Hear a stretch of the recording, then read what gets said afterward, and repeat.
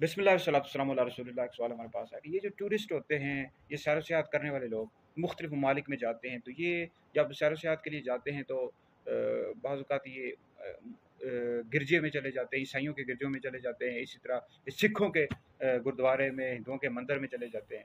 तो इस वाले से क्या हुक्म है? तो याद रखें कि मुसलमान को हरगिज़ भी इजाज़त नहीं है कि वो ये जो गुरुद्वारे होते हैं सिखों के और हिंदुओं के मंदिर और गिरजे और यहूदियों की जो इबादतगाहें होती हैं, कुफ़ार की इबादतगाहें, इनमें जाने की हरगिज़ भी इजाज़त नहीं है, हराम है, सख्त गुनाह है। और कुफ़ार से दोस्ती रखने से भी मना किया गया। उनकी इबादतगाहों में अल्लाह अल्लाह की लानत बरसती है, हरगिज़ भी इसमें जाने की इजाज़त नहीं है। इस हवाले से मुस्लिम शरीफ के हदीस है, नबी करीम अलैहि सलाम ने फरमाया कि तुम उनसे दूर रहो, वो तुमसे दूर रहें, कहीं वो तुम्हें गुमराह ना कर दें, फितरे में ना डाल दें।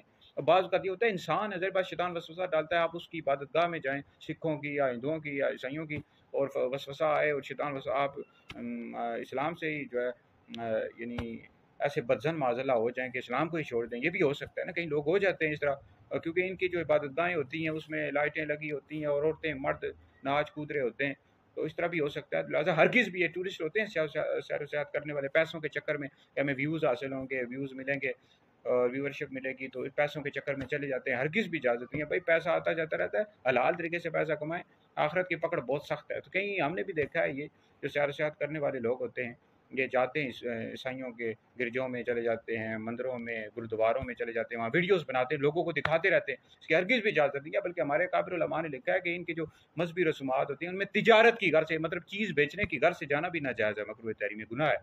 यानी चीज़ भी नहीं आप बेच सकते, नहीं जा सकते, इनके जो मज़हबी रसूमात होती हैं।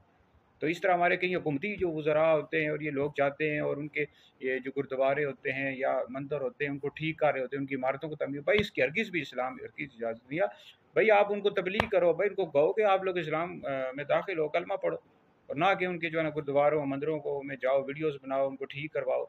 ये जो वज़रा हैं इनको पर भी लाजिम है कि हरगिज़ भी ना करें। इस तरह इनके जो बरसात होती है, मतलब न्याज़ जो देते हैं, जो भी इनका खाना चाना होता है, वो भी नहीं खाना चाहिए। ठीक है जी।